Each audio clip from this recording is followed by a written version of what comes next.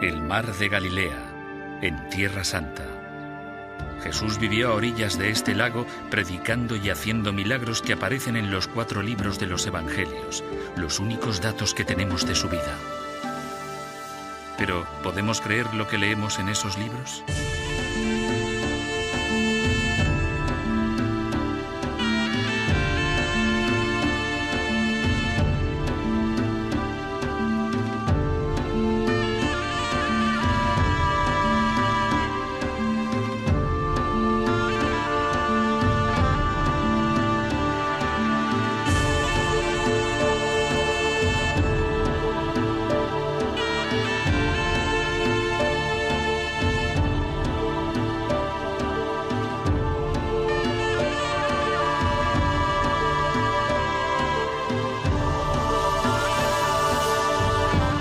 Testigos de la resurrección.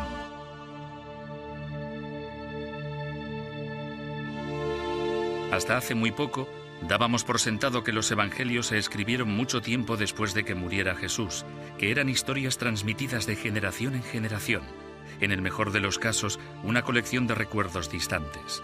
Pero las nuevas pruebas descubiertas en esta biblioteca de la Universidad de Oxford podrían cambiar esto. Desde el hallazgo de los manuscritos del Mar Muerto, no ha habido otro descubrimiento potencialmente tan importante para la investigación bíblica. En la Nochebuena de 1994, el londinense The Times hizo pública la historia de El papiro de Jesús. Hablaba de la extraordinaria afirmación del profesor Carsten Thiede de que 3 fragmentos del Evangelio de San Mateo proporcionaban pruebas de que los Evangelios fueron escritos y leídos por personas que habían visto a Cristo resucitado con sus propios ojos. El hombre que dio a conocer la historia fue Matthew d'Ancona, actual viceeditor del Sunday Telegraph. La primera vez que oyó hablar del papiro de Jesús, trabajaba en el Times londinense. Mi primera sensación respecto a la historia fue que obviamente tenía algo de extraordinario. En Oxford había un fragmento de papiro, 3 pedacitos diminutos del Evangelio de San Mateo, eso lo sabíamos. Y había un estudioso alemán, al que yo no conocía, que afirmaba que eran increíblemente tempranos, quizá incluso del año 60 después de Cristo, lo que incluso para alguien como yo, que no sabía mucho del tema, parecía una afirmación asombrosa. Hasta ahora, la única prueba física de cuándo se escribieron los Evangelios era un pequeño fragmento del Evangelio de San Juan. Se había datado en el año 125 después de Cristo. Casi 100 años después de su muerte. Cualquiera que hubiera sido testigo de los trascendentales acontecimientos de su vida ya habría muerto. Según Thiede, el papiro de Jesús ofrece nuevas pruebas físicas de que los evangelios se escribieron mucho antes, basándose en relatos oculares, lo que proporciona la primera relación entre los evangelios escritos y la propia vida de Cristo. Contemplar estos 3 fragmentos diminutos, que juntos no ocupan más que una tarjeta de crédito, no impresiona mucho. Están escritos por ambas caras desde el capítulo 26 del Evangelio según Mateo. En total, son 6 frases en griego. En cada trozo se pueden leer unas cuantas palabras. Pertenecen a los versículos que tratan los últimos días de la vida de Jesús.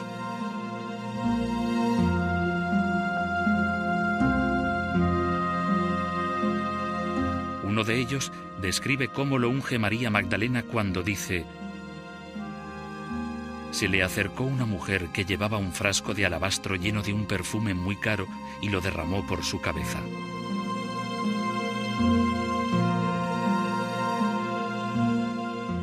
En otro fragmento, lo que aparece escrito es la traición de Judas. El hombre llamado Judas Iscariote fue a ver al sumo sacerdote y le dijo: ¿qué estás dispuesto a darme si os lo entrego? Y la última cena, en la que Jesús comunica a sus discípulos que uno de ellos lo entregará diciendo: el que ha mojado conmigo la mano en el plato, ese me entregará. El Hijo del Hombre ha de recorrer el camino que dicen las Escrituras. Sabíamos que iba a ser una gran historia, pero desconocíamos su magnitud. Nada más publicar la historia hubo una extraordinaria respuesta en todo el mundo. La recogieron los periódicos y emisoras de radio y televisión de muchos países, desde la India hasta Italia. Cuando volví a mi mesa el día después de que se publicara la historia, estaba cubierta de faxes y mensajes de teléfono de gente que quería saber más.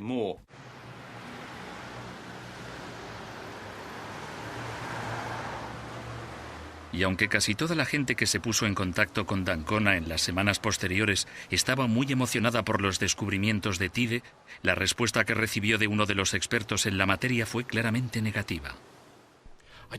No creo que tenga razón en su afirmación de que estos pequeños fragmentos del Evangelio de Mateo se puedan fechar a mediados del siglo I. Junto con casi todos los expertos del campo, creo que estos fragmentos se escribieron hacia finales del siglo II. Todas las pruebas apuntan en esa dirección, y esa ha sido la visión que se ha tenido durante unos 40 años, y no veo razón para modificarla. Graham Stanton es el antiguo presidente de la Sociedad Internacional de Estudiosos del Nuevo Testamento y profesor en el King's College de la Universidad de Londres. A pesar de ser uno de los principales opositores a la afirmación de Tyde, ve su atractivo. A la gente siempre le interesa algo nuevo que tenga que ver con Jesús. En este caso concreto, las afirmaciones son bastante poco habituales porque, en vez de menospreciar la fe cristiana, algo que sucede constantemente en los medios de comunicación, ocurre justo lo contrario. Estas afirmaciones parecen significar para algunas personas que los evangelios pueden ser bastante anteriores y quizá más fiables de lo que muchos habían supuesto, aunque yo no comparto ese punto de vista. d'Ancona se dio cuenta de que el descubrimiento de Tyde había creado controversia y quería saber más. Había escuchado los argumentos de ambas partes del debate, pero quería ir más allá de los titulares para fijar las pruebas por sí mismo. Antes de seguir la senda de la erudición moderna, establecida por Tyde, d'Ancona tenía que aclarar otro misterio. ¿Cómo llegó un antiguo documento griego hasta Oxford y llamó la atención de un erudito alemán?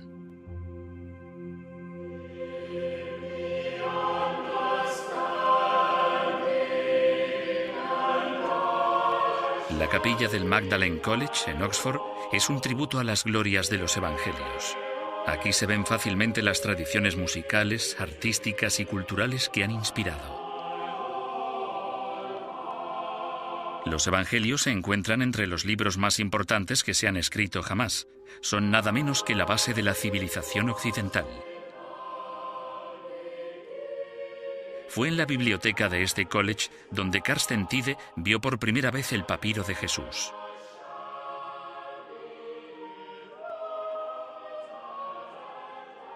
d'Ancona fue al Magdalen College a buscar pruebas sobre el escurridizo capellán victoriano Charles Hewlett, el hombre que puso el papiro al alcance de Tyde.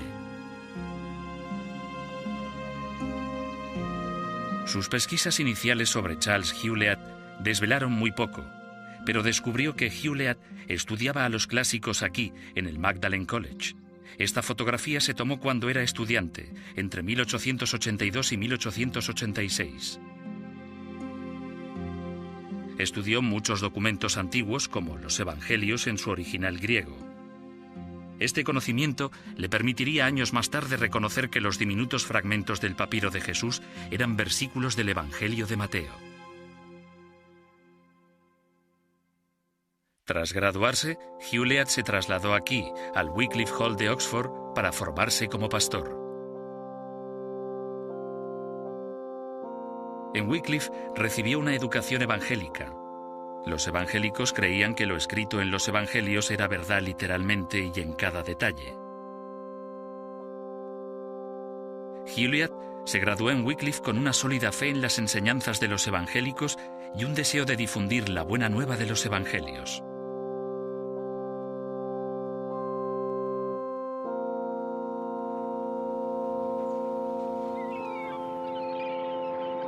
Después de su graduación, viajó miles de kilómetros para predicar la palabra de Dios, en Egipto. En aquella época, el viaje duraba 2 semanas. Primero atravesó el Canal de la Mancha para pasar a la Europa continental y luego viajó en tren hasta Brindisi, Italia. Desde allí cruzó en barco el mar Mediterráneo y continuó luego en tren hasta El Cairo, la capital de Egipto.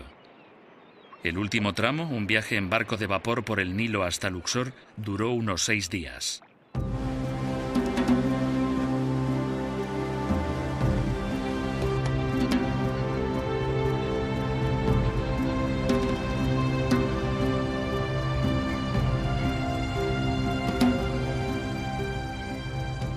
d'Ancona repitió el viaje del capellán a Luxor con la esperanza de que allí encontraría más pistas sobre los orígenes del papiro. Probablemente fue un barco de vapor parecido a este el que tomó Hewlett para ir a Luxor. En una época en que Gran Bretaña dominaba medio mundo, no era extraño que un hombre como Hewlett aceptara su llamada cristiana en una tierra extranjera. Pero aún así, sin duda estaría inquieto. Se trataba de su primer viaje al extranjero y sin duda no tenía ni idea de que iba a descubrir lo que ahora sabemos que es un tesoro de incalculable valor.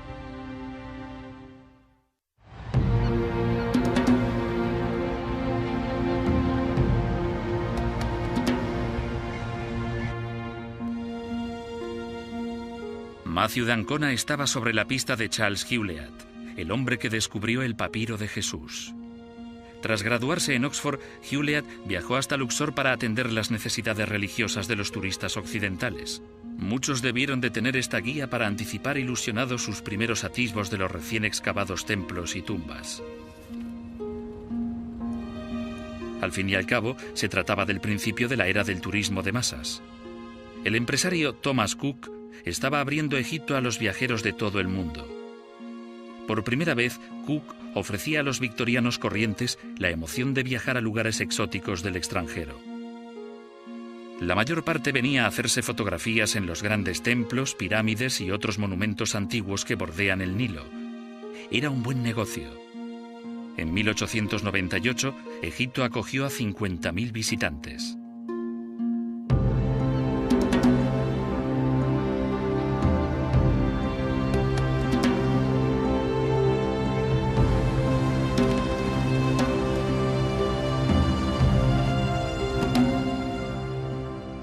Al acercarse a Luxor, resulta sencillo imaginar la emoción que debió de sentir Hewlett al ver por primera vez sus grandes monumentos.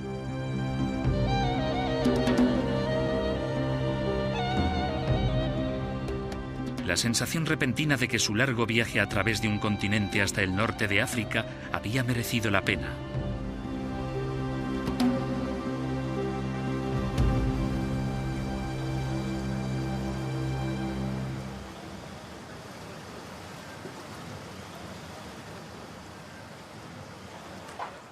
A principios de siglo, los barcos de vapor de Thomas Cook atracaban aquí, como siguen haciendo hoy en día. A la mayoría de estos turistas los llevaban al Luxor Hotel, construido también por Cook, y uno de los pocos hoteles de Luxor en aquella época.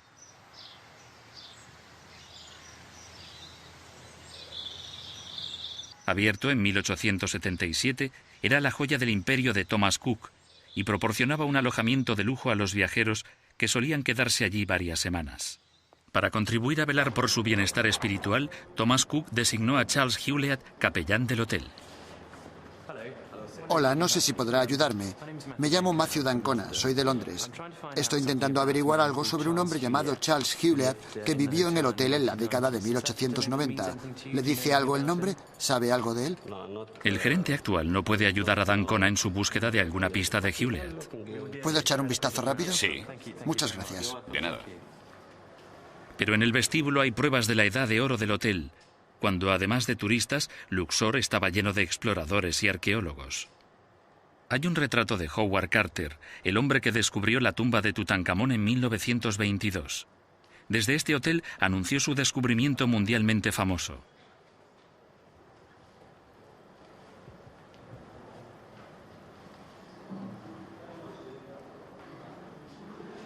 Hay cuadros de David Roberts, un artista escocés que ejecutó una famosa serie de imágenes de Egipto en el siglo XIX. Esta es la del Templo de Luxor.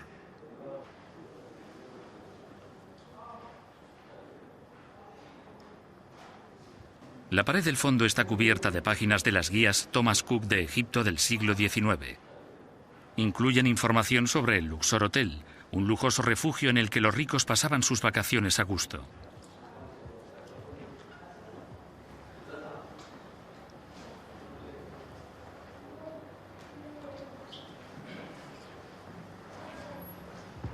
Fue en el rincón más apartado del vestíbulo donde d'Ancona encontró lo que realmente quería: pruebas del puesto de Hewlett en la historia del hotel. Una página de la edición de 1905 de la guía explica cómo los huéspedes pueden asistir a los servicios que celebra en el hotel el reverendo C.B. Hewlett a las 8, 10:30 y 18 horas.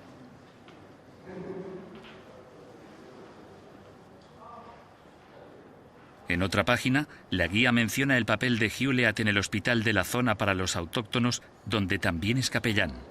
Se había fundado en 1891, financiado por una acuestación organizada por la familia Cook.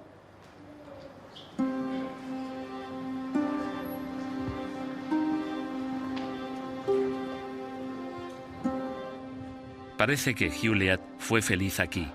En una de las pocas cartas que dejó escribió: cualquier informe detallado de la obra de invierno consistía principalmente en un relato de la amabilidad de todos aquellos con los que tuve contacto.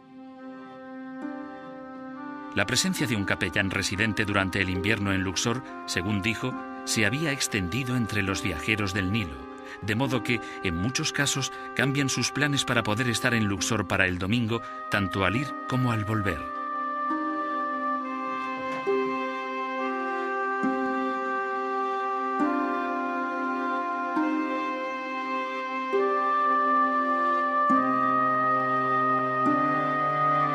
En la actualidad, el hotel es un lugar bastante lúgubre.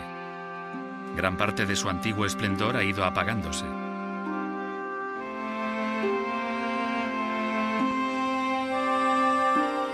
Pero en la azotea, la vista es exactamente como debía de ser en la época de Hewlett.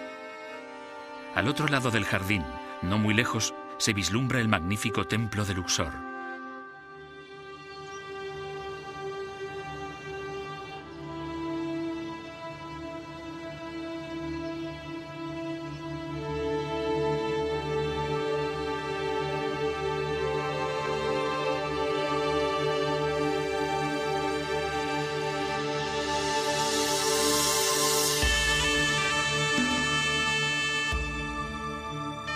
La construcción de este poderoso templo la inició el faraón Amenofis III 1400 años antes de que naciera Jesús.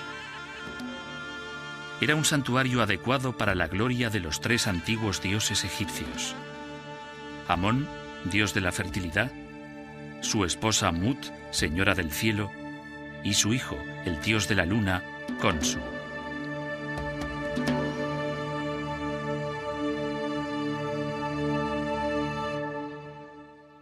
Durante los milenios que pasaron, disminuyó la importancia que el templo tenía para la gente. En el siglo XIX, gran parte de su estructura quedó enterrada por la arena, el cieno y el barro. Los mercaderes comerciaban en sus terrenos sin mostrar interés por la gloria latente. Cuando comenzaron a llegar los turistas victorianos, se estaba excavando y se le devolvió su antiguo esplendor.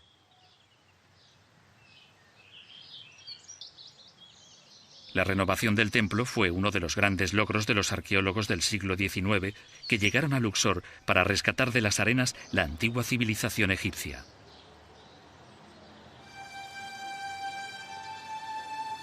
Gracias a su trabajo, los visitantes pueden ver hoy las magníficas estatuas del faraón Ramsés II en todo su esplendor, vigilando la entrada al templo. Fue Ramsés, continuando la obra de Amenofis, quien construyó la mayor parte de lo que hay aquí y quien añadió las estatuas como testamento a su propia grandeza.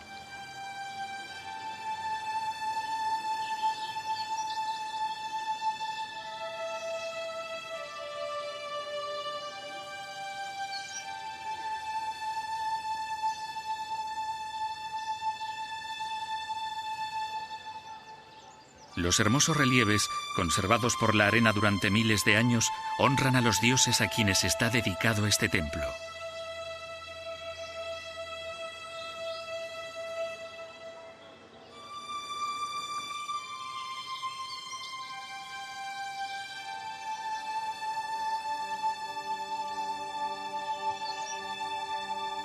El patio de Ramsés II, una de las glorias del templo, tenía un tejado que formaba una arcada gigante.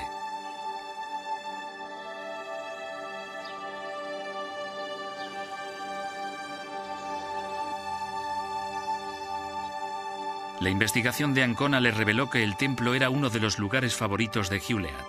Lo visitaba regularmente, maravillado por la escala de los majestuosos monumentos de esta antigua civilización. Pero lo que más le fascinaba no era la obra de los antiguos egipcios, sino las huellas mucho más modestas dejadas por los primeros cristianos que llegaron más de 1000 años atrás.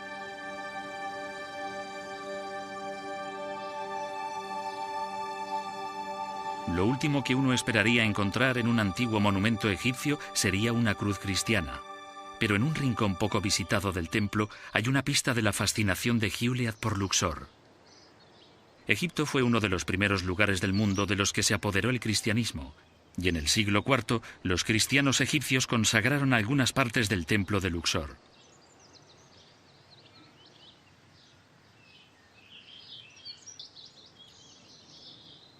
Los cristianos convirtieron esta parte del templo en una capilla. Les ofendían las imágenes paganas que lo rodeaban. Se puede apreciar dónde recubrieron los antiguos relieves egipcios y pintaron sus imágenes sagradas. En otros lugares sigue habiendo huellas de su censura. Cincelaron los brazos, piernas y caras desnudos de los antiguos egipcios.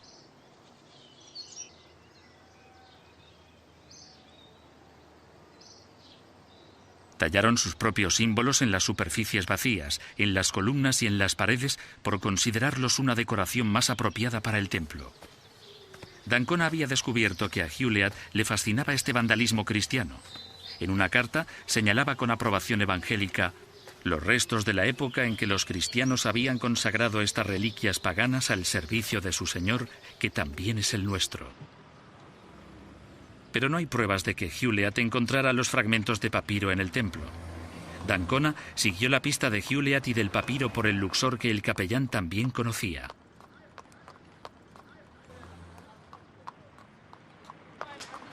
Viajó con un carro tirado por un caballo, igual que lo habría hecho Hewlett en aquella época. Al pasar junto a la cara oeste del templo, magnífico a la luz de media tarde, D'Ancona descubrió que solo hay un paseo hasta el hospital en el que Hewlett trabajaba de capellán. Aunque sigue abierto actualmente, iba a costar encontrar alguna prueba del trabajo de Hewlett. Al igual que en tantos otros aspectos, su vida y logros han caído en el olvido. La pista de este escurridizo victoriano se desvanece rápidamente.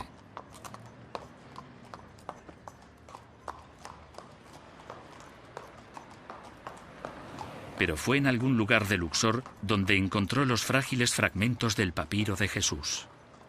D'Ancona tendría que investigar más antes de poder relacionar el papiro con Hewlett y esta ciudad.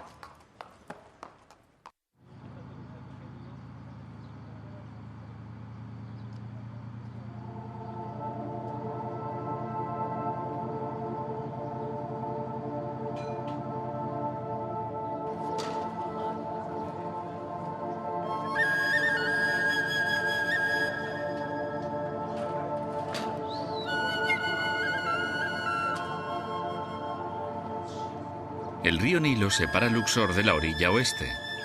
Al otro lado está el Valle de los Reyes, donde están enterrados los antiguos egipcios. Hewlett debió de hacer este viaje a través del Nilo muchas veces. Debían de interesarle las excavaciones que tenían lugar en el Valle de los Reyes, y trabó amistad con los arqueólogos y estudiosos que trabajaban en la zona. En el Valle de los Reyes se hicieron muchos descubrimientos emocionantes en torno a la época que Hewlett pasó en Luxor, como el descubrimiento de la tumba del rey Tutankamón. Aquí, la gente sigue fabricando papiros para la escritura. De hecho, puede que el papiro de Jesús se hiciera muy cerca de este lugar. Egipto exportaba el producto acabado por toda la cuenca del Mediterráneo, y más hacia el norte, sur y este. Saber cómo está hecho este material nos ayudará a comprender cómo ha sobrevivido durante 2000 años el papiro de Jesús. Aquí, los papiros siguen creciendo en pantanos de agua dulce, como lo han hecho durante miles de años.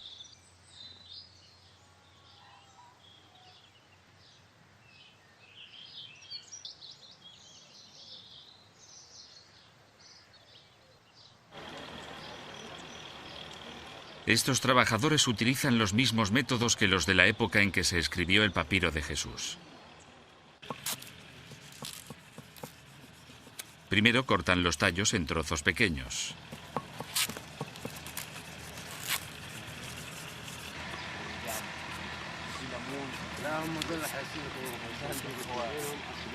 Luego lo rebanan con cuidado en tiras estrechas.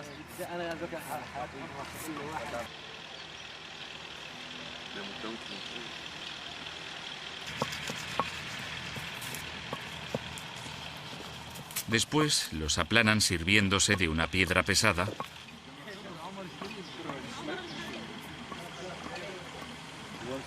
y los colocan en agua durante un par de días para ablandar las fibras. Los trabajadores toman las tiras flexibles y las disponen entrecruzadas. De esta forma se secarán para formar el papel.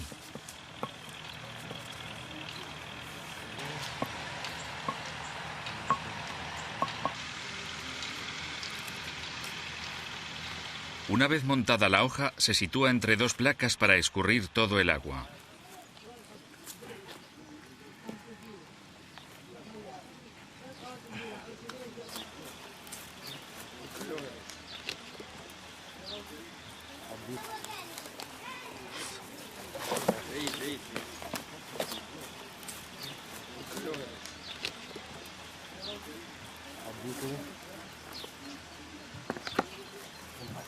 Se coloca una piedra pesada encima para acelerar los procesos de secado y alisamiento. Se deja el papiro al sol un par de días para eliminar la última humedad.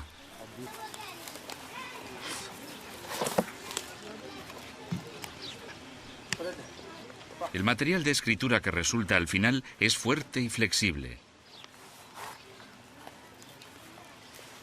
En un clima cálido y seco, un manuscrito de papiro como el papiro de Jesús puede durar fácilmente miles de años.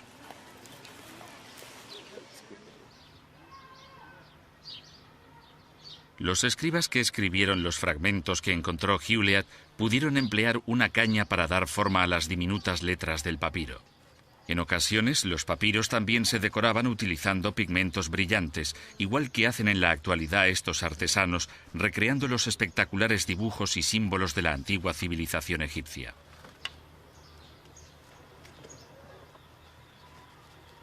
Estos papiros se venderán a los turistas actuales como recuerdos de su viaje, y muchos de ellos llegarán al mercado de Luxor, el mismo lugar en que d'Ancona cree que Charles Hewlett encontró el papiro de Jesús.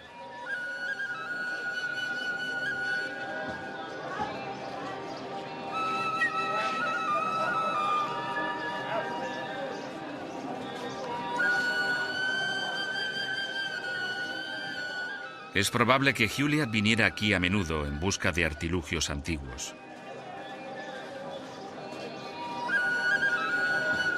En la época de Hewlett, el mercado de Luxor era un lugar famoso por la venta de antigüedades. En aquella época había un comercio activo de artilugios robados por todo Oriente Próximo. La comunicación y el intercambio de productos entre las diversas avanzadillas del antiguo Imperio Romano se remontan a hace más de 2000 años. La educación clásica de Hewlett pudo enseñárselo, así que al llegar al mercado pudo haber estado buscando no solo antigüedades egipcias, sino también artilugios griegos y cristianos. Era una oportunidad muy buena para alguien que sabía que lo que buscaba podía traer consigo algo especial. En la actualidad, el mercado viene a ser igual que entonces, pero solo se pueden comprar papiros de recuerdo en los bazares y tiendas de antigüedades de la ciudad. Es imposible conseguir lo auténtico. Incluso con lo poco que sabemos de Hewlett, no cuesta imaginar su emoción la primera vez que viera los fragmentos de papiro. Debían de estar en un puesto del mercado muy parecido a este. Hewlett debió de reconocer inmediatamente los breves pasajes de sus amados evangelios. ¿Cuál es el papiro más antiguo que tienes? Aquí tengo unos 75 papiros. ¿No sería posible encontrar algo de unos 1000 años de antigüedad? No, ¿Dónde podría conseguir algo tan antiguo? eso se encuentra en las tumbas. ¿En Luxor no hay sitios en los que se puedan comprar ahora? No, nunca te encuentras ese tipo de cosas a la venta en las tiendas. Eso se encuentra en el templo, en las tumbas.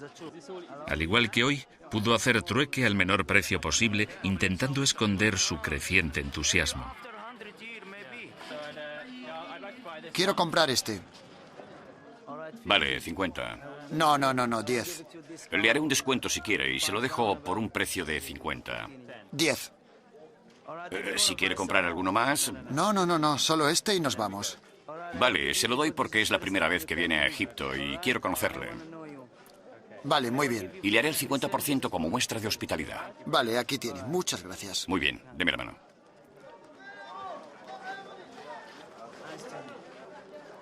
Mientras Juliet caminaba por esta calle, posiblemente sabía que sus preciosos fragmentos escritos en griego antiguo eran muy antiguos. Probablemente los llevó a su hotel para estudiarlos.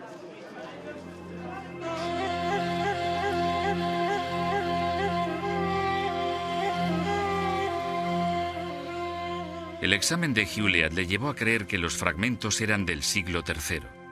Evidentemente, tenía la sensación de que había descubierto algo espectacular y estaba ansioso por confirmarlo. Empaquetó el papiro y lo envió a su antiguo college de Oxford. Pero estaba muy lejos de casa y quedó muy decepcionado por el modo en que los estudiosos de Oxford trataron su precioso hallazgo.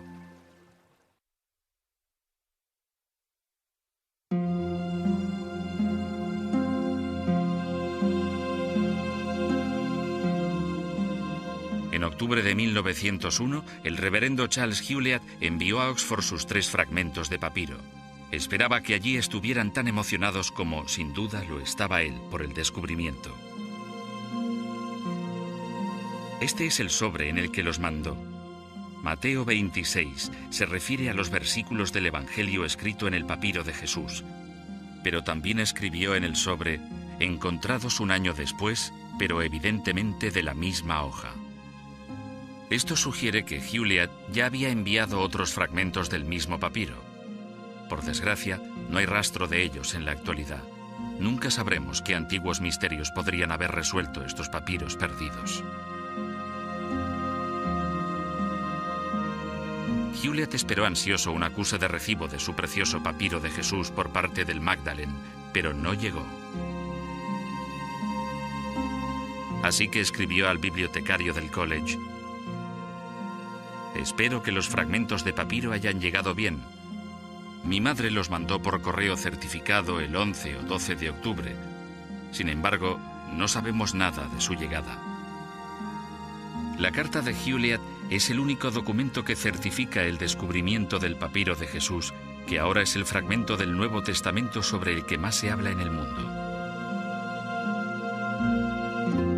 Lo que nadie se molestó en decir a Juliet fue que su papiro había sido enviado a este hombre, Arthur Hunt. Hunt era uno de los principales expertos en la conservación y datación de papiros antiguos. Hunt se había ganado su reputación con su trabajo sobre un enorme hallazgo de papiros en Oxirrinco, en el desierto egipcio. Los papiros se descubrieron conservados bajo la arena en un antiguo vertedero fuera de la ciudad. Contenían cientos de listas, cartas y poemas. Hasta la fecha, se trata de la mayor colección de papiros antiguos que se ha encontrado. Según Hunt, los fragmentos de libros, como el papiro de Jesús, no se podían fechar antes de finales del siglo III o principios del siglo IV. Así que no sorprende que, cuando contestó al college, diera al papiro de Jesús una fecha de finales del siglo IV, cientos de años después de la muerte de Cristo. No advirtió nada excepcional en los fragmentos.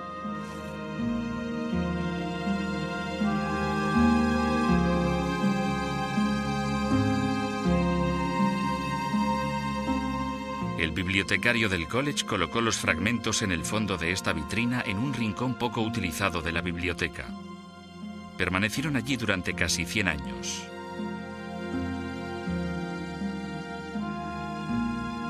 cuanto a Juliet, su ministerio como pastor en Luxor finalizó. Ya con esposa e hijos, fue enviado al otro lado del mar Mediterráneo, a la ciudad de Mesina, en Italia. Sería su traslado fatal.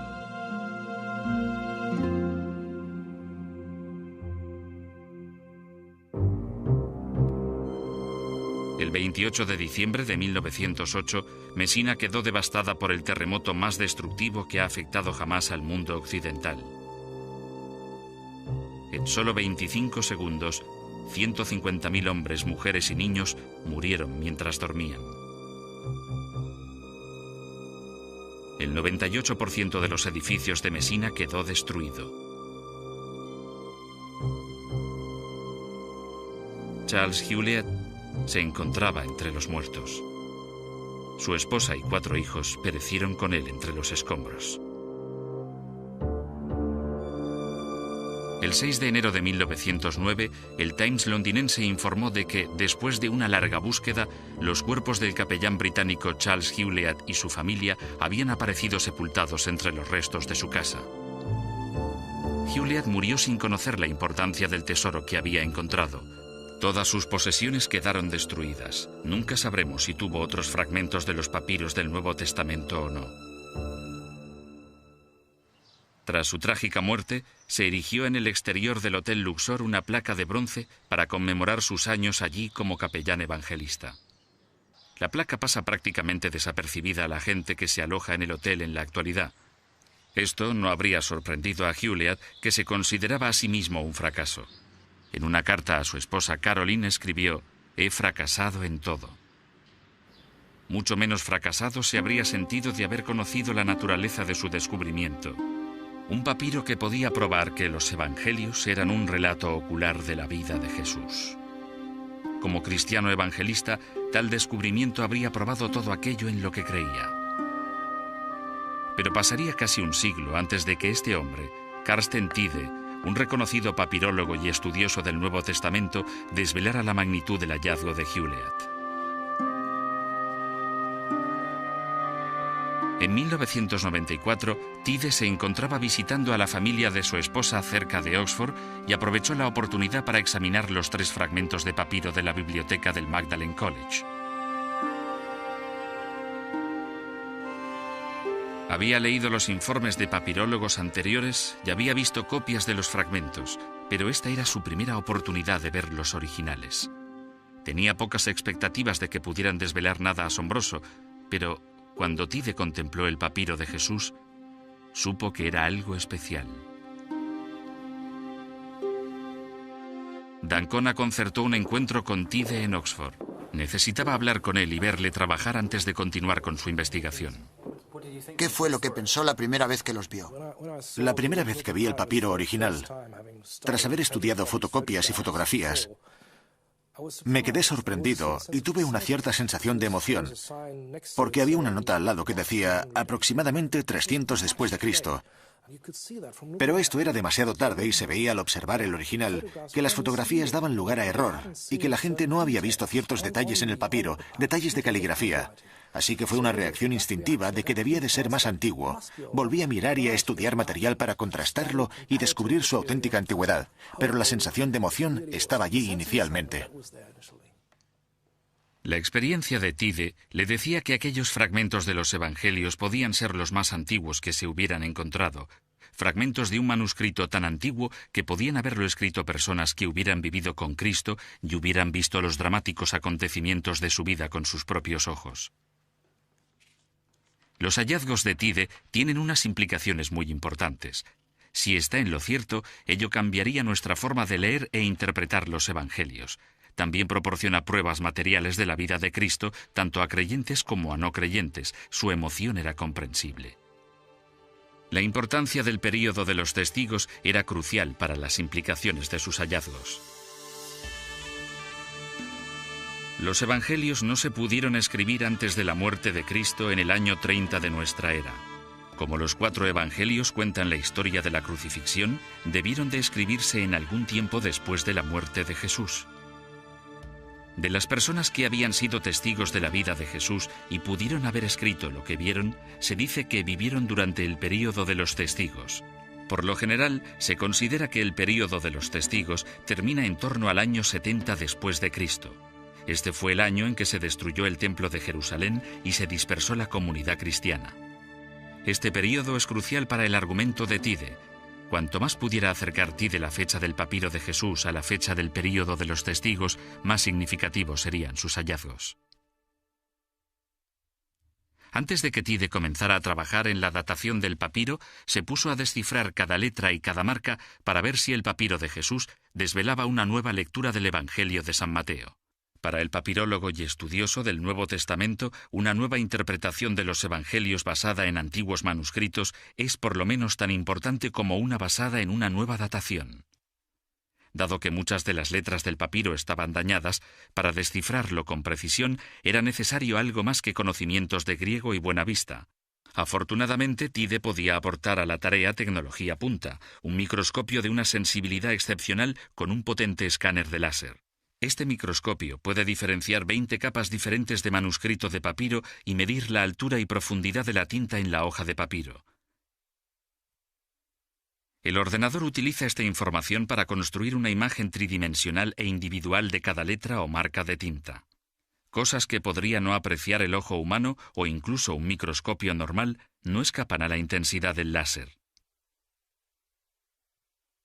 Tide usó el microscopio para examinar este círculo de tinta negra del fragmento del Evangelio que describe la Última Cena. Los estudiosos que habían trabajado previamente sin esta herramienta dieron por sentado que se trataba de parte de una letra dañada. El microscopio escaneó el papiro con su láser. El ordenador calculó entonces la profundidad de la tinta en el cuestionado círculo negro y lo comparó con la profundidad de la tinta de una letra no dañada.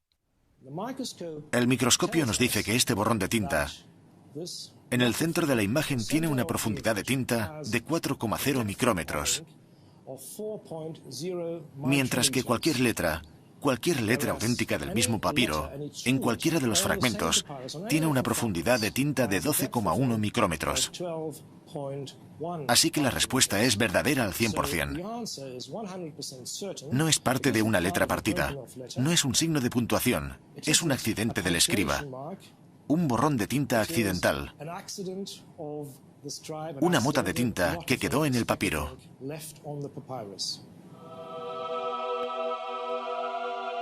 Los estudiosos creían que la mota de tinta era o bien un signo de puntuación o bien una letra dañada, pero la investigación de Tide demuestra que en realidad no se trata más que de un borrón accidental de tinta que dejó el escriba en el papiro.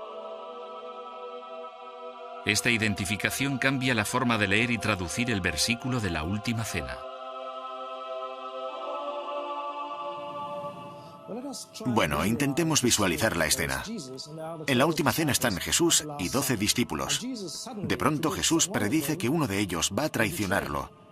Así que todos ellos dicen, los 12, incluido Judas, que es el que lo traicionará, ¿soy yo, Señor? Antes creíamos que los discípulos hablaron uno tras otro después de que Jesús hiciera esa dramática predicción de que uno de ellos lo traicionaría. Eso suena un poco extraño. Uno no espera que 12 hombres respondan uno tras otro en una situación tan dramática. Bien, el papiro de Jesús nos dice que en realidad estaban hablando al mismo tiempo, todos a la vez, en aquella situación tan dramática y emocionante. El papiro de Jesús nos proporciona una nueva descripción de lo que sucedió realmente en la Última Cena, mucho más convincente que las de las Biblias de uso más extendido en la actualidad. Así que con la nueva lectura, que es en realidad la lectura más antigua posible, volvemos a la escena histórica, a los testigos que lo vieron, informaron de ello e hicieron que quedara escrito. Por desgracia, el escáner láser del microscopio no puede desvelar una fecha precisa para los fragmentos. La datación por radiocarbono tampoco sirve para fechar el papiro de Jesús por diversas razones. En primer lugar, los fragmentos son demasiado pequeños. En segundo lugar, la prueba fecharía el material, pero no la escritura. Y por último, la fecha resultante de usar este método tiene un margen de precisión de 50 años. Para conseguir una fecha exacta para el papiro, las técnicas de comparación siguen siendo las más válidas. Por esto, Tide tendría que acudir a lo antiguo en lugar de a lo moderno. Cuando se quiere fechar un papiro, hay que emplear varios métodos y enfoques. El más común e importante es lo que se llama paleografía comparativa, que consiste en comparar el fragmento de papiro que no tiene fecha con otros manuscritos datados o datables, lo que significa que provienen de un yacimiento, de una excavación arqueológica de la que se sabe que pertenece al período más tardío o más temprano posible en el que se podría haber escrito cualquier cosa encontrada allí. Comparar la caligrafía es la tarea más importante y difícil del papirólogo. En la antigüedad, la caligrafía que empleaban los escribas cambiaba de manera significativa a lo largo del tiempo. La caligrafía del siglo I después de Cristo tiene un aspecto muy diferente a la de 100 años antes. Del mismo modo que la caligrafía de la época de Juliat es claramente diferente a la nuestra. Así que cuando se tiene un papiro sin fecha, hay que compararlo con documentos de un estilo caligráfico similar cuyas fechas sí se conozcan. Hay que encontrar otro manuscrito cuyo estilo coincida con el que se intenta fechar y estar seguro de una fecha. Hay que hacer esto con varios textos diferentes. En los archivos, bibliotecas y museos de todo el mundo se pueden encontrar papiros comparables, manuscritos comparables. Pero lo que hay que hacer es volver a las fuentes donde se escribieron o fueron descubiertos por los arqueólogos la mayor parte de los papiros importantes, los que necesitamos para nuestro trabajo. Y en nuestro caso, ese sitio es Israel, Tierra Santa, con el Qumran, con los manuscritos del Mar Muerto, con algunos de los wadis de Hana al-Heber e incluso de la fortaleza de Mesada. En todos estos lugares se encontraron fragmentos de pergamino, cuero, papiro e incluso pedazos de cerámica, tiestos, llamados ostraca. Y todos ellos pertenecían a un periodo datado o datable para que pudiéramos usarlos. Debemos ir allí y mirarlos, mirar incluso en los lugares en los que se encontraron. Para descubrir por qué usted cree que el papiro es tan antiguo como dice, ¿tengo que ir a Tierra Santa? Nuestra tarea de detectives nos lleva al lugar o lugares donde ocurrió todo, donde vivieron los testigos, donde transmitieron los relatos de lo que habían visto, donde se escribieron, guardaron y descubrieron los manuscritos supervivientes más antiguos, algunos de los cuales necesitamos para nuestro trabajo. Así que había llegado la hora de que Matthew d'Ancona siguiera los pasos de Tide. Primero en Nahal Heber.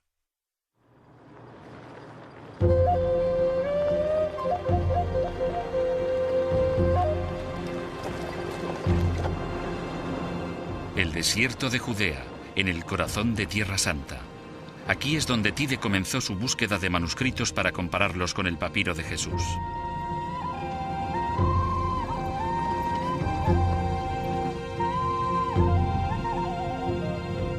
Aquí, en el desierto de Judea, se han conservado muchos documentos de este tipo. Al igual que en Egipto, la sequedad permite que los manuscritos antiguos sobrevivan durante tantos siglos.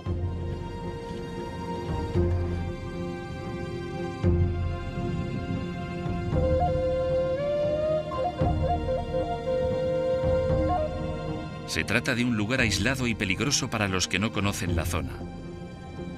El guardia de la zona, David Menninger, es el guía de d'Ancona.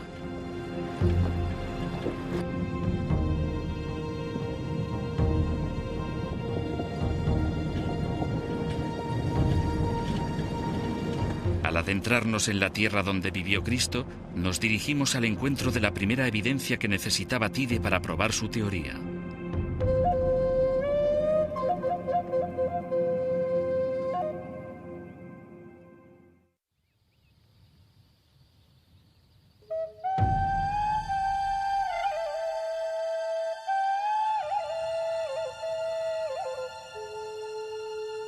El paisaje es inhóspito pero hermoso, un lugar eterno con una historia sobrecogedora.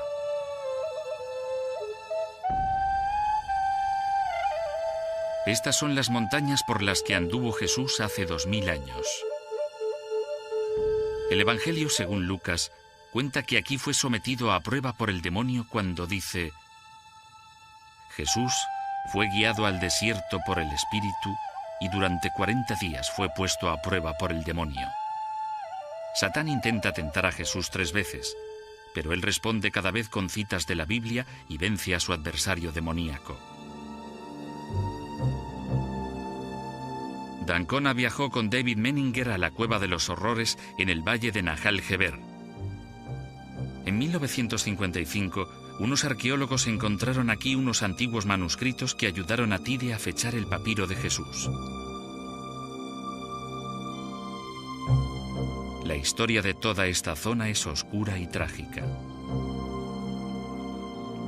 En el año 135 después de Cristo, los judíos se rebelaron contra el ejército de ocupación romano. Liderados por el gran dirigente judío Bar Kokhba, trataron de expulsar a los romanos de Tierra Santa. Pero en la carnicería consiguiente, el ejército romano masacró a más de 500.000 de rebeldes y a sus partidarios. Los últimos rebeldes que sobrevivieron consiguieron llegar hasta esta parte del desierto para escapar de los romanos. En los riscos que dominan el valle, decenas de metros abajo, encontraron una cueva diminuta para esconderse. Sobre la cueva se encuentran los restos del campamento que construyeron los soldados romanos para sitiar a los rebeldes que se escondían debajo.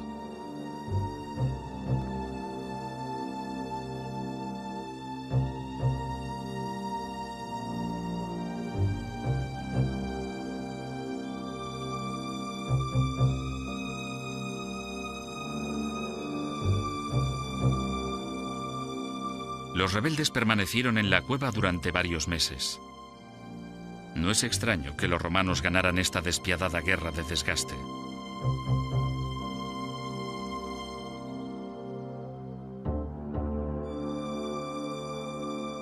En 1955, los arqueólogos desenterraron restos de hombres, mujeres y niños. Todos habían muerto horriblemente de sed y hambre. No hay duda de por qué es la Cueva de los Horrores. Aparte de los huesos, encontraron sus posesiones. Y lo que es más importante, encontraron manuscritos que pertenecían a una fecha segura. Ninguno de los manuscritos podía haber sido escrito después del año 135 después de Cristo, la fecha de la masacre. Este es uno de los manuscritos encontrados en la Cueva de los Horrores. Procede del manuscrito de los profetas menores. Tide sabía con absoluta certeza que no podía ser posterior al año 135 y la datación de la caligrafía sugería que era incluso más antiguo. Descubrió que la caligrafía de este manuscrito presentaba similitudes notables con la del papiro de Jesús. En primer lugar, vio que su aspecto general era comparable al del papiro de Jesús. Las letras eran rectas y verticales. No hay signos de puntuación ni espacios entre las palabras. Después, mirando las letras individualmente, Tide también encontró similitudes reveladoras. La letra Ro se extiende por debajo de la línea natural en ambos documentos. La barra horizontal de la letra eta está ligeramente por encima de la altura media entre las dos líneas. Estos trazos son muy poco habituales y son pruebas de que los escribas que redactaron los dos documentos se escribieron en la misma época. La fecha asignada al papiro de Jesús cuando Tide lo encontró era cercana al año 300 después de Cristo, pero el trabajo de Tide muestra su gran similitud con el manuscrito de la Cueva de los Horrores, y como dicho manuscrito no puede de ningún modo ser posterior al año 135, tenemos una nueva fecha para el papiro de Jesús. Hemos dado un impresionante salto atrás en el tiempo, pero Tide aún tiene que salvar casi 70 años para mostrar que el papiro de Jesús encaja realmente en el período de los testigos.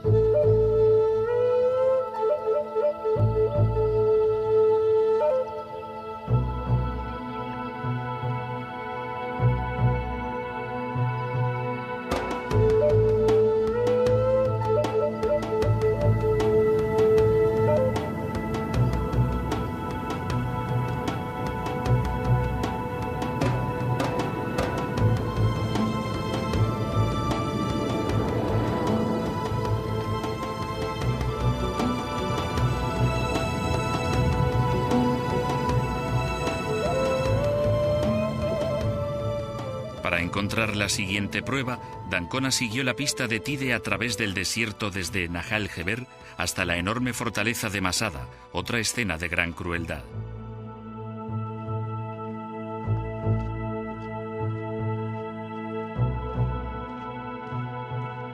Esta roca gigante se eleva 400 metros por encima del desierto.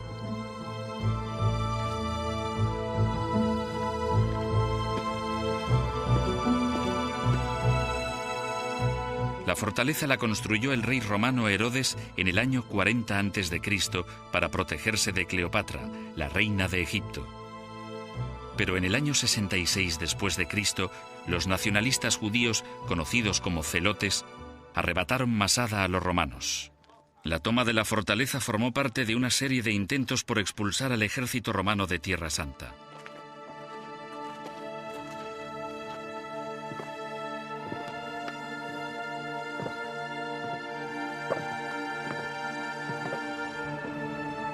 Determinados a acabar con el levantamiento judío, 15.000 soldados romanos sitiaron Masada desde campamentos situados alrededor de la base de la montaña. En vísperas del asalto final de los romanos, en el año 73 después de Cristo, los celotes eligieron suicidarse en grupo para que no fueran sus enemigos quienes les quitaran la vida.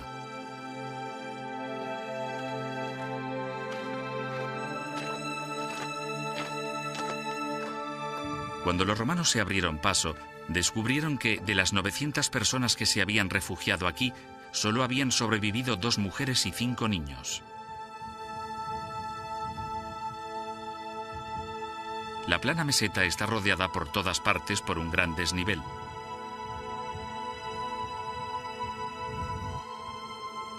Al echar un vistazo desde aquí, se ve fácilmente por qué Masada era una fortaleza natural tan buena.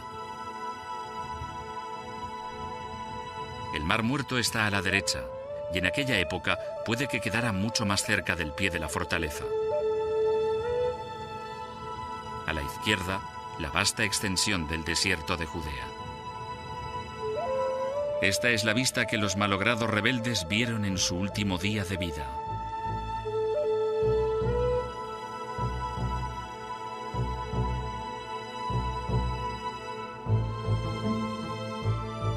Sabemos que los rebeldes murieron en el año 73 después de Cristo, menos de 50 años después de la muerte de Cristo. Así que es posible que algunos de los hombres y mujeres más ancianos que se suicidaron aquí hubieran sido testigos del ministerio de Jesús en Galilea, al norte de Masada, e incluso de su crucifixión. Y como Masada quedó intacta hasta que los arqueólogos la excavaron en 1966, cualquier cosa encontrada aquí que pudiera tener relación con el papiro de Jesús tendría un enorme impacto sobre la teoría de Tide. Nos acercaría un paso más al período de los testigos.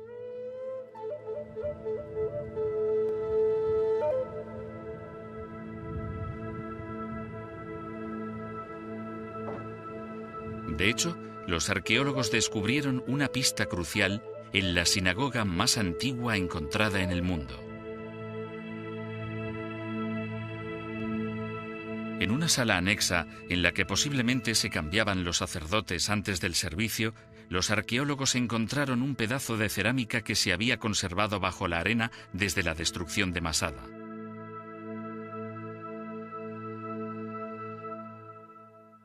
Este es el fragmento de cerámica. Tiene la palabra Lea escrita en griego. No sabemos quién era Lea, ni a qué se refiere la inscripción del fragmento, pero una vez más, lo significativo es la caligrafía. Tide descubrió que este estilo de caligrafía era casi idéntico al del papiro de Jesús. Una vez más, el aspecto general es el mismo, letras verticales sin unión, un estilo de caligrafía conocido como uncial. Es decisivo que las letras individuales también poseen rasgos casi idénticos. Podemos ver que en la alfa la línea de en medio tiene forma diagonal. Comienza abajo a la izquierda y traza un ángulo hacia arriba a la derecha en lugar de ser horizontal. Las iotas tienen arriba lo que se llama serif, un ensanchamiento notable. El hecho de que el fragmento de Lea y el papiro de Jesús compartan tales similitudes estilísticas nos indica que casi con total seguridad fueron escritos en la misma época. El fragmento encontrado en la Cueva de los Horrores llevaba la datación del papiro de Jesús a antes del año 135 después de Cristo, pero las pruebas de Masada lo llevan aún más atrás, a antes del año 73 después de Cristo, el año en que fue destruida Masada. Así que ahora nos encontramos a tan solo unos años del período de los testigos. Para dar el siguiente paso, Tide necesitaba ver los manuscritos más famosos, los manuscritos del Mar Muerto.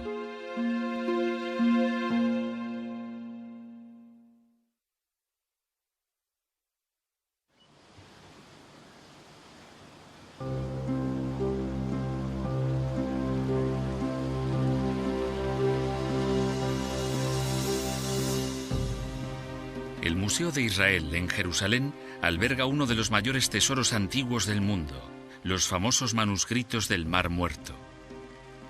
El Santuario del Libro se incorporó al museo en 1965.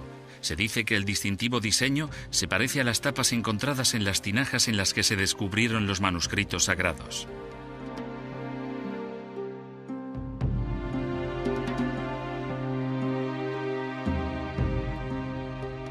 En el interior, los manuscritos se exponen con poca luz y temperatura controlada para evitar cualquier posible daño.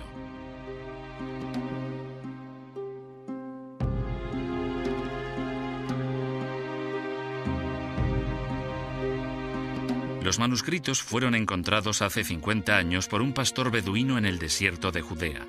Todos tienen unos 2000 años de antigüedad. En conjunto, los 800 manuscritos nos proporcionan una visión única de la vida diaria de una antigua sociedad judía que vivía en Tierra Santa en la misma época en que Jesús comenzó su ministerio. Cuentan historias extraordinarias de la vida diaria, la legislación y las creencias de estas personas.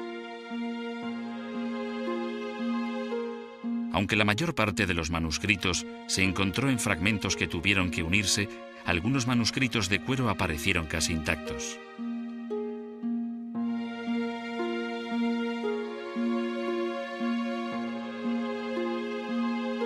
En la siguiente fase de su búsqueda, Carsten Tide llevó a cabo una investigación concienzuda de estos manuscritos en busca de cualquier cosa escrita en un estilo que pudiera parecerse al papiro de Jesús. Sabía lo importante que era descubrir tales similitudes.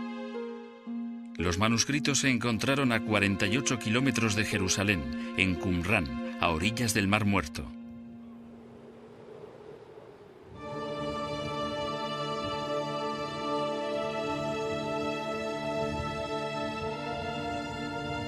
En Qumran vivía la antigua sociedad judía conocida como los esenios. En el año 152 a.C. se fueron de Jerusalén descontentos por la forma de llevar el templo.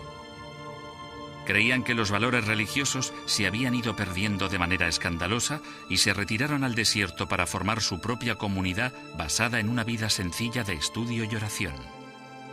Vivieron en este escondite aislado del desierto durante más de 200 años, separados e independientes de la cúpula judía de Jerusalén. De nuevo, seguir la pista de la investigación de Tide ha llevado a D'Ancona al lugar de una antigua masacre. D'Ancona se reunió con un estudioso de Qumran, Hanan Eshel, que le mostró el lugar.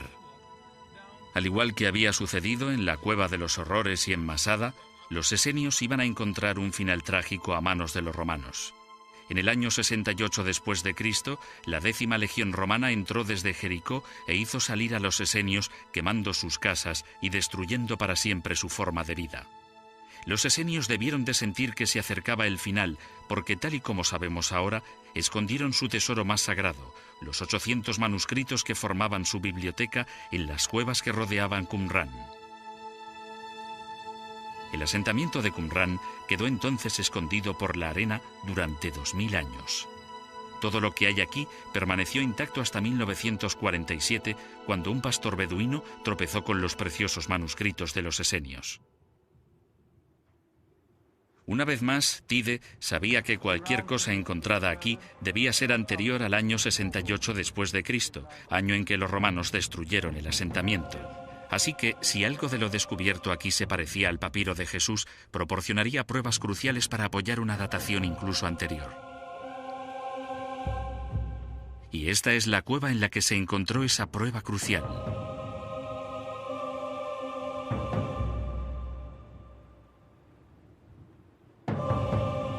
Conocida como la Cueva 4, aquí se encontraron 15.000 fragmentos que posteriormente se reunieron dando como resultado 530 manuscritos. Había quien pensaba que los soldados romanos habían rajado los manuscritos con la intención de destruir para siempre la biblioteca esenia, pero, por suerte para Tide, los fragmentos sobrevivieron protegidos una vez más por la seca arena.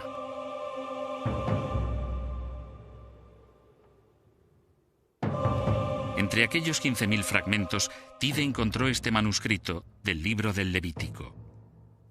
Al pertenecer al Antiguo Testamento, debió de ser una parte esencial de la biblioteca esenia. El estilo caligráfico del fragmento del Levítico es casi idéntico al del papiro de Jesús, y al igual que todos los manuscritos del Mar Muerto, debe de ser anterior al año 68 después de Cristo. El aspecto general es el mismo. En ambos, las letras están dibujadas de manera uniforme y el grosor de los trazos horizontales y verticales es el mismo. Una vez más, las letras guardan, individualmente, varias similitudes. La Y supera la línea inferior en ambos fragmentos. Al igual que en la cerámica lea encontrada en Masada, la línea media de la letra alfa tiene forma diagonal en vez de horizontal. Así que el trabajo de Tide ha trasladado la fecha del papiro de Jesús más allá del año 70 después de Cristo por primera vez. Se trata de un logro extraordinario que nos transporta al período de los testigos, pero solo de modo aproximado.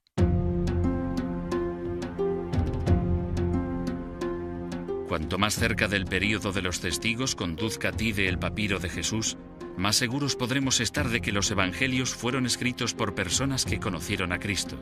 Así que, ¿existen pruebas de que los evangelios se escribieran incluso antes? ¿Es posible mostrar que fueron escritos bien entrado el período de los testigos? Hay indicios en la geografía de Tierra Santa que sugieren una fecha anterior.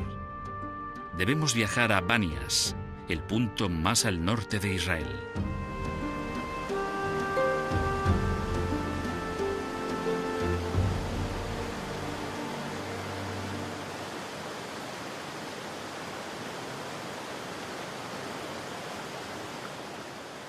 Aquí, en la fuente del río Jordán, se encuentra el punto más septentrional visitado por Jesús y sus discípulos. Y al igual que el desierto, el exuberante paisaje de Banias es rico en historias del Evangelio. Es el lugar en que el discípulo Simón reconoció la auténtica naturaleza de Jesús. Los Evangelios nos cuentan que fue aquí donde Simón declaró que Jesús era el Cristo, el Hijo de Dios vivo. Pero es el nombre de Banias el que proporciona una pista sorprendente para la fecha de los propios evangelios, ya que tanto en el Evangelio de Marcos como en el de Mateo tiene un nombre diferente. Los evangelios se refieren a este lugar como Cesarea de Filipo. Este nombre ya no se usaba después del año 62 después de Cristo, cuando el rey Herodes lo cambió por el de Banias. El uso en Mateo del nombre antiguo sugiere que pudiera haber sido escrito cuando aún se usaba el nombre antiguo antes del año 62 después de Cristo. Este cambio de nombre es otro indicio de que los evangelios se escribieron dentro del período de los testigos. En el nacimiento del río se encuentra la antigua ciudad de Banias. Fue construida por Herodes en honor del dios pagano Pan.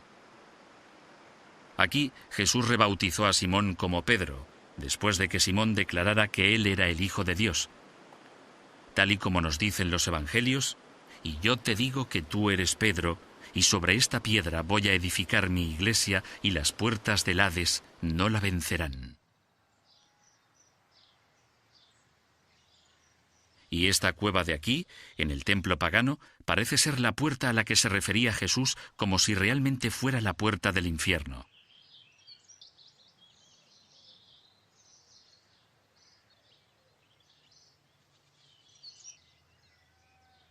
Las palabras de los evangelios parecen concordar con lo que podemos ver en la actualidad con nuestros propios ojos. Aquí, en Banias, los evangelios empiezan a interpretarse como el relato de los testigos. Con la intención de datar los evangelios más atrás en el tiempo, Tide regresó al desierto, a Qumrán y a los manuscritos del Mar Muerto.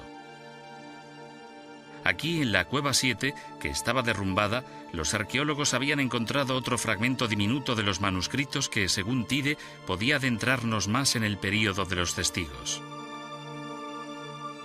Este fragmento diminuto con letras escritas en griego no es mayor que un sello postal. La investigación de Tide ha mostrado que se trata de otro fragmento del Evangelio cristiano, esta vez del Evangelio según San Marcos, y contiene algunas palabras del capítulo 6.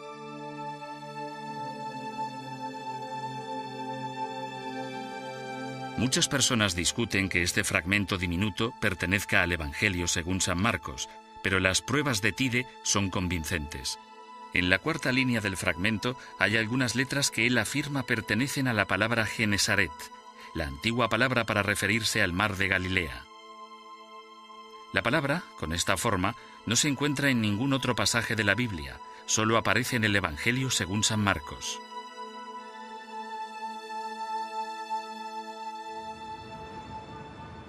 Tide encontró más pruebas en Jerusalén de que el fragmento pertenecía al Evangelio según San Marcos. Matthew d'Ancona trasladó la investigación de Tide sobre el fragmento según San Marcos aquí, al Museo John Rockefeller, en el que se almacenan enormes cantidades de artilugios preciosos de Tierra Santa.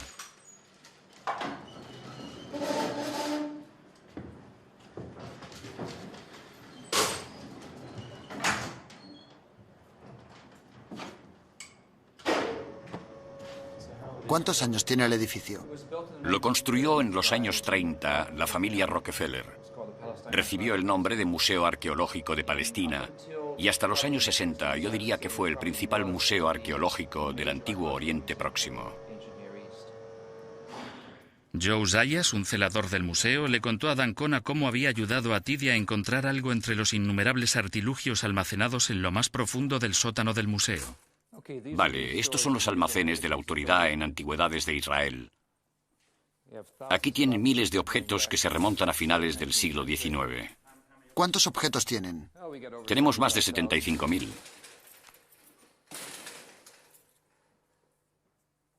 Está muy extendida la idea de que el Evangelio de San Marcos se escribió en la ciudad de Roma, y es este detalle histórico el que ha permitido a Tide elaborar su teoría. Tide había oído que se había encontrado una tinaja con la palabra Roma al lado del supuesto fragmento de San Marcos en la Cueva 7 de Qumrán. Según él, era la tinaja en la que estaba el manuscrito del Evangelio según San Marcos. Y supongo que lo que quería ver, que seguramente sea lo más interesante, es esta tinaja. Esta es la famosa tinaja de la Cueva 7 de Qumrán. ¿Cómo se encontró? La encontraron unos arqueólogos franceses en los años 50 en unas excavaciones. Es única en muchos sentidos, primero porque fue encontrada en una cueva adyacente al emplazamiento. La mayoría de cuevas estaban a cierta distancia de él, pero esta estaba en la misma meseta. Y la cueva, la número 7, era particular también porque todos los documentos que se encontraron en ella eran de papiro, mientras que los 800 y pico restantes que se encontraron en Qumrán, con contadas excepciones, estaban hechos de cuero. ¿Qué investigaciones llevó a cabo Carsten Tide con esta tinaja? Bueno, lo primero que creo que nos interesó es que era una tinaja que había estado expuesta en el museo desde los años 50 y nadie había mostrado el más mínimo interés por ella hasta que llegó Carsten Tide. Él sugirió que podía haber alguna relación entre los primeros cristianos y los fragmentos que se habían encontrado en aquel lugar, basándose en esta inscripción. ¿Qué fin tenía la tinaja y por qué puede ser tan importante? Al observar esta clase de tinajas, queda claro que estaban hechas con un único objetivo, el de almacenar manuscritos enrollados. La razón para afirmarlo es su morfología, que está diseñada para guardarlos. ¿Cómo lo sabemos? Observe estas asas. Lo que hacían era poner los documentos en las tinajas y les ponían una tapadera. Esta es una de las tapaderas originales de Qumrán. Una vez puesta la tapadera con una cuerda, la aseguraban atándola a la vasija. No estaban hechas para almacenar vino ni para almacenar agua. Estaban hechas para almacenar documentos. Esta inscripción de la tinaja de los manuscritos es la palabra Roma en hebreo. Los historiadores creen que la tinaja llegó desde Roma. También se cree que el Evangelio de San Marcos fue escrito en Roma. El haber encontrado esta tinaja al lado del supuesto fragmento le da pruebas a Tide para afirmar que éste pertenece realmente al Evangelio de San Marcos. Así, Tide tiene otro fragmento más datado en el año 68 de nuestra era, y es más, se trata de un manuscrito enrollado. Pero el papiro de Jesús pertenecía a un libro. El siguiente paso de su teoría se basaba en que la primera vez que se escribieron los evangelios tuvo que haber sido en rollos manuscritos. El hecho de que el fragmento de Marcos de Qumran sea un rollo nos dice que los primeros cristianos escribían en rollos, que la primera generación de escritos cristianos estaban en rollos. De ahí que podamos decir que había un rollo manuscrito con el Evangelio según San Mateo antes del fragmento del libro del papiro de Jesús que tenemos ahora. Este argumento es vital. Hasta que se descubrió el fragmento de Marcos en Qumran, se creía que los cristianos escribieron los evangelios solo en libros. Sin embargo, ahora hay pruebas de que primero fueron escritos en rollos, que fueron copiados posteriormente a libros, como el papiro de Jesús. Por lo tanto, según Tide, los fragmentos del Magdalen College debieron de copiarse de rollos incluso más antiguos. El hecho de que hubiera rollos manuscritos antes del formato en libro nos dice que debió de haber un rollo manuscrito del Evangelio de San Mateo anterior al papiro de Jesús. Hay suficientes pruebas para afirmar que este Evangelio en particular y los otros Evangelios pertenecen al período de los testigos. Tide ha demostrado mediante sus comparaciones con documentos de la Cueva de los Horrores, de Masada y de Qumran, que el papiro de Jesús tiene que ser anterior al año 68, aunque el descubrimiento de Qumran implica que los primeros evangelios fueron escritos en rollos. Si esto es cierto, quiere decir que debió de existir un rollo manuscrito del Evangelio de San Mateo muy anterior, perdido en la actualidad, pero del que se habría copiado el papiro de Jesús. Tide ha afirmado que los evangelios fueron escritos en los 20 años posteriores a la muerte de Jesús. Un error que han cometido muchos estudiosos, muchos lectores de los evangelios, ha sido tratar a las personas que los escribieron como estúpidos y analfabetos que se dedicaron a recoger lo que podían. Y muchas veces ni se les ha tratado como individuos, sino como comités que eran libres de inventar historias sobre Jesús, palabras o afirmaciones de Jesús, según las necesidades específicas de sus comunidades. Si retrocedemos gracias a los papiros, gracias a los manuscritos, al papiro de Jesús, al rollo manuscrito de Marcos del Qumran, volviendo al período de los testigos, esta vía de escape de la historia a la leyenda se acaba a los pies de los historiadores modernos y de los escépticos. Ahora estamos tratando una vez más, como los primeros cristianos, información histórica. ¿Quiere decir que una de las cosas que nos dice el papiro de Jesús es que debemos considerar seriamente los evangelios como fuentes históricas? El hecho de que tengamos documentos que daten del período de los testigos quiere decir que los primeros cristianos estaban intentando conservar información histórica sobre el Jesús histórico, que entrevistaron a testigos oculares. Sabían qué había pasado y podían escribir lo que creían que era verdad, que era correcto históricamente. Y esto es en parte el resultado más importante de los análisis de tales manuscritos, que podemos retroceder como historiadores a los textos para ver cómo aquellos testigos y quienes los entrevistaron trataron la información histórica que tenían en sus manos. Ya no es un mito, no es una leyenda, es historia.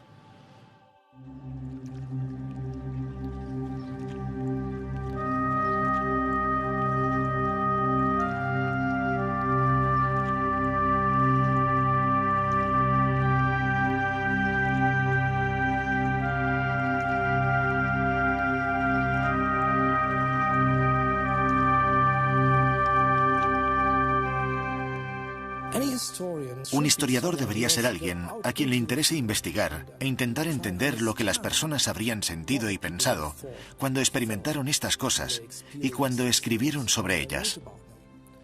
Le ayuda a uno a reconsiderar la propia actitud hacia la historia y hacia la escritura de la misma para ver dónde ocurrió y cómo se recogió en forma escrita, en documentos históricos.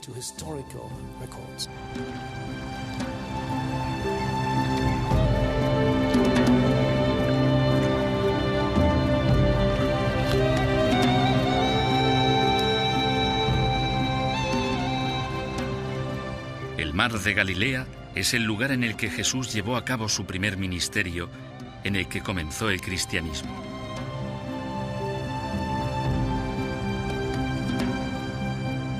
Para Tide, el paisaje de esta zona es muy importante. Si hay que tratar los evangelios como documentos históricos, entonces el paisaje debería reflejar los acontecimientos e imágenes que describen. Aquí, en Galilea, los argumentos académicos de Tide cobran vida. El complejo trabajo de un estudioso se vuelve relevante para cualquiera que sienta interés por los evangelios. Para d'Ancona, aquí es donde tomaría forma la teoría de Tide. Este lago aparece en muchas de las historias más importantes del Evangelio. Aquí es donde dicen que Jesús amainó la tormenta que amenazaba las vidas de los discípulos que cruzaban el lago en un barco. Quedaron tan atónitos que dijeron: ¿quién es este que hasta los vientos y el mar le obedecen?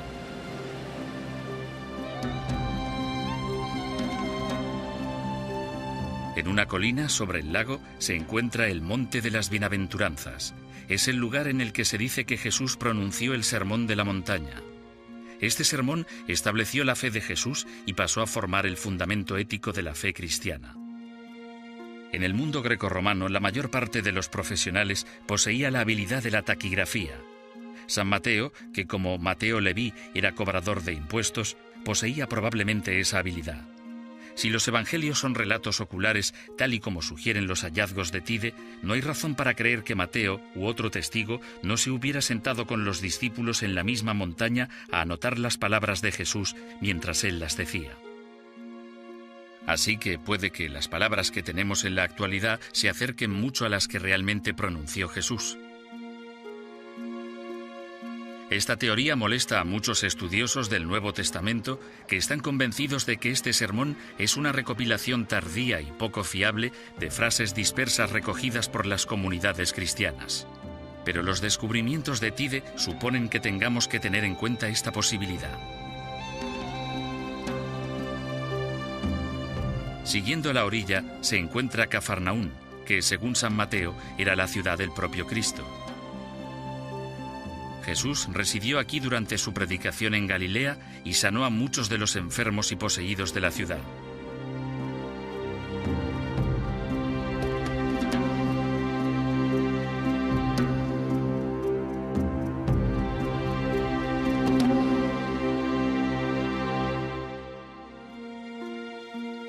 El lago está lleno de lugares que conmemoran la vida y muerte de Jesús. Estas iglesias se construyeron en el lugar donde, según la tradición, Jesús se le apareció a sus discípulos por tercera vez tras la resurrección. Los evangelios nos cuentan cómo Jesús habló a los discípulos diciendo: «Dios me ha dado toda autoridad en el cielo y en la tierra. Id, pues, y haced discípulos míos a todos los habitantes del mundo».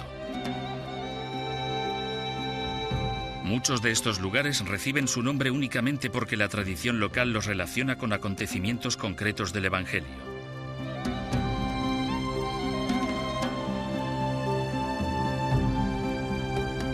No se cuestiona la santidad de esta tierra, sino los hallazgos de Tide.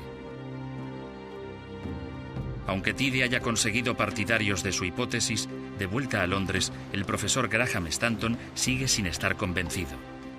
Yo no descartaría la posibilidad de que se pudiera descubrir un fragmento de los evangelios perteneciente a un período tan temprano como mediados del siglo I. No, es totalmente imposible. Creo que es muy poco probable, pero no totalmente imposible. Aunque mi discrepancia fundamental con Tide se refiere a su interpretación de las pruebas papirológicas. Las objeciones de Stanton se basan en dos puntos. En primer lugar, Él cree que, al haber encontrado los fragmentos del papiro de Jesús en Egipto en el siglo XIX, la comparación de Tide debería haberse limitado solo a documentos encontrados en Egipto.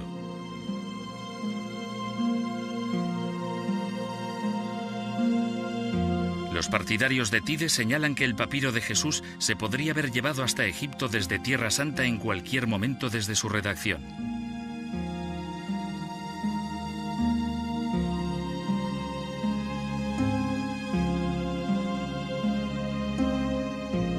La segunda acusación de Stanton contra Tide es más grave, pero también más difícil de probar. Stanton cree que Tide ha exagerado el grado de similitud del papiro de Jesús con los documentos fechables que ha utilizado en sus pruebas. Así que, por estas dos razones diferentes, no acepto que haya atribuido una datación de mediados del siglo I a los fragmentos de Mateo de Oxford. Pero aunque el profesor Stanton aceptara los hallazgos de Tide, esto no afectaría a su visión de la exactitud de los evangelios. Si me convencieran de que los evangelios fueron relatos totalmente oculares, no creo que hubiera mucha diferencia, porque todos sabemos demasiado bien que los testigos no se ponen de acuerdo y no siempre relatan fielmente lo que han visto. No obstante, si los evangelios no son relatos oculares, ¿cómo explicamos los milagros que recogen? Al igual que a casi todos los demás estudiosos, no me suponen ningún problema las curaciones milagrosas. Jesús tenía claramente unas dotes curativas poco habituales. Sin embargo, resultan más problemáticos los llamados milagros naturales. Cuando amaina la tormenta, camina sobre las aguas y hace milagros con la comida.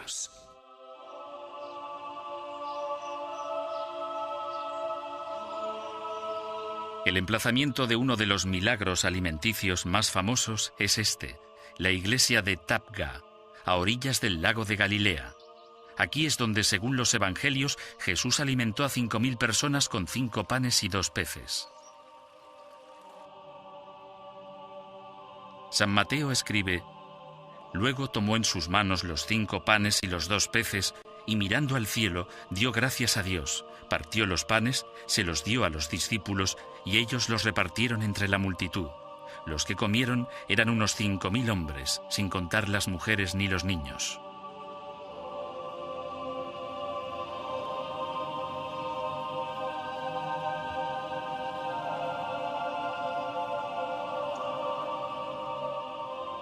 Se dice que esta es la roca en la que Jesús colocó los panes y los peces. La historia se conmemora en estos mosaicos del siglo V.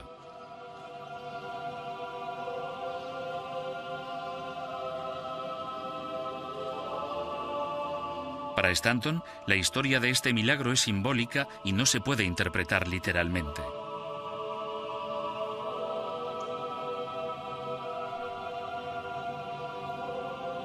Pero si Tide está en lo cierto y los evangelios reflejan acontecimientos históricos escritos por testigos, entonces podríamos decir con una certeza aún mayor que ese milagro ocurrió aquí.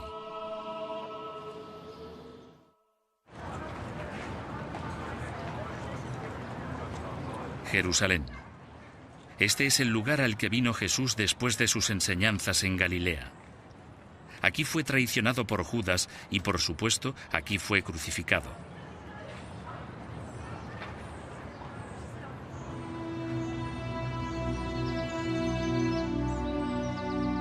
Es el final del viaje de Matthew d'Ancona. Ha seguido el camino del papiro de Jesús hasta Jerusalén. Quería experimentar por sí mismo el legado actual de las historias del Evangelio.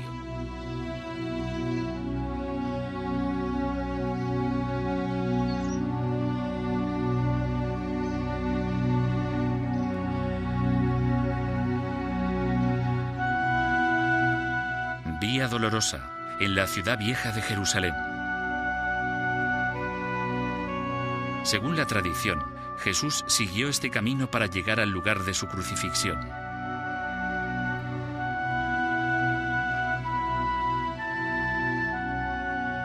Según la costumbre romana de la época, tenía que sufrir la vergüenza de atravesar a pie la ciudad con la cruz a cuestas.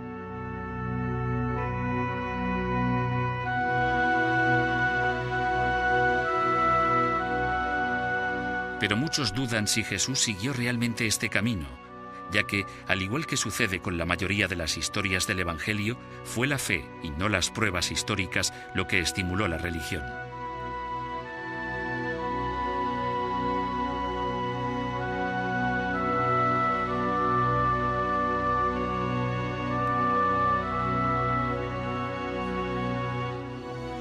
Entonces, igual que ahora, venían aquí peregrinos de todo el mundo para seguir los que creían que eran los pasos de Jesús.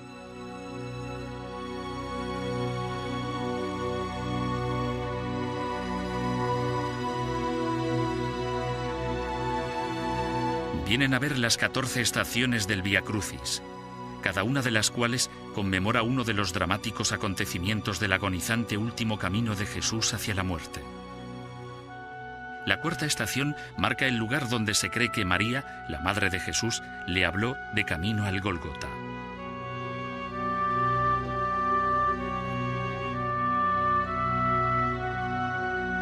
Se cree que la sexta estación es el lugar en el que estaba la casa de Santa Verónica, una mujer piadosa de la que se dice que limpió con su velo la cara de Jesús en su padecimiento.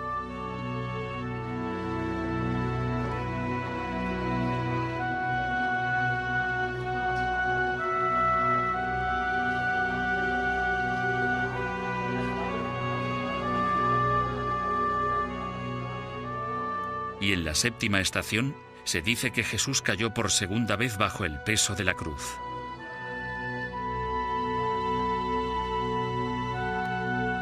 Aunque la autenticidad de este recorrido es cuestionable, la gente sigue viniendo a conmemorar las últimas horas del hombre al que creen hijo de Dios. Para estas personas, la fe cuenta mucho más que las pruebas científicas.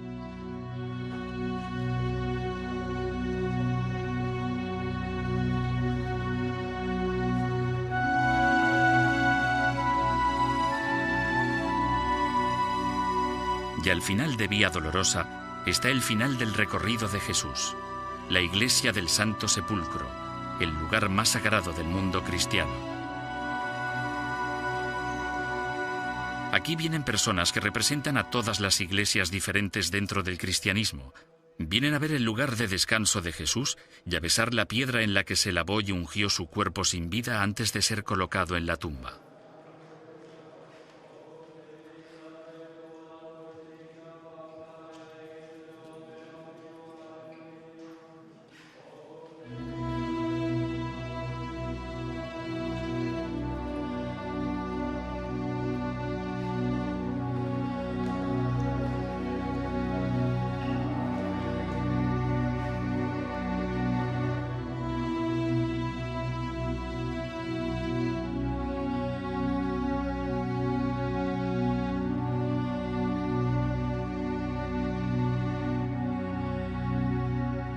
Aquí se puede ver la tumba que, según cuentan, es el lugar en el que yació el cuerpo de Cristo tras su crucifixión.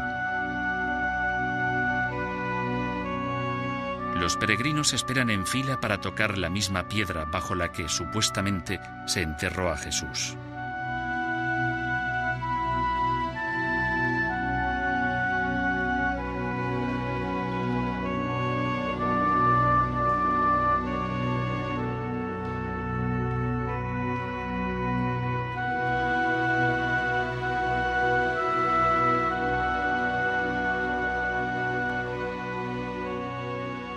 Conmueve especialmente ver, 2000 años después, el profundo sentimiento que sigue inspirando su muerte.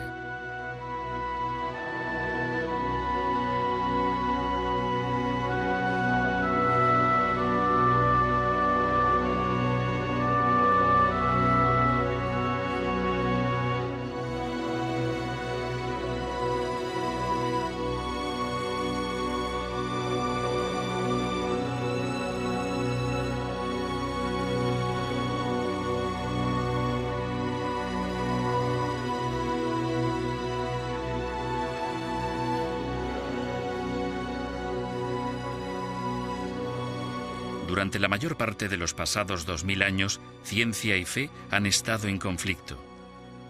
Galileo fue condenado por hereje por la Iglesia. La teoría de la evolución de Darwin contradijo el mito de la creación y Freud destruyó la idea de la responsabilidad moral cristiana.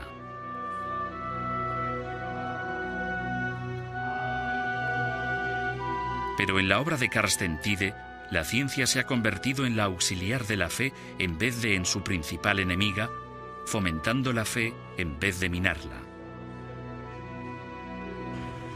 Los evangelios pretenden conseguir dos cosas. Quieren fortalecer la fe de sus lectores, pero no con leyendas, no con historias entretenidas, bonitas o divertidas, y ni siquiera con fragmentos tristes sobre la pasión del Señor, sino con hechos históricos. Así que los hechos históricos por un lado y el fortalecimiento de la fe de los creyentes por el otro lado no es una contradicción. Es sin duda algo que ya hicieron otros historiadores de la antigüedad. Siempre hubo un mensaje, siempre hubo una tendencia, algo que la gente quería transmitir. En el caso de los evangelios, se trata del mensaje del Jesús histórico, que es también el Cristo de la fe. Dos caras de la misma moneda. Aún así, ningún científico puede decir que los evangelios sean verdad literalmente en cada una de sus palabras. Solo pueden formarse un juicio sobre si son auténticos. Y si se puede mostrar que los evangelios son más auténticos de lo que hasta ahora han creído los estudiosos, entonces el Jesús de la historia y el Cristo de la fe se convierten en uno solo. Casi 100 años después de que el capellán Charles Hewlett encontrara el papiro de Jesús, se ha descubierto la magnitud de su importancia. La historia y los evangelios se nos presentan ahora bañados por la nueva luz del entendimiento.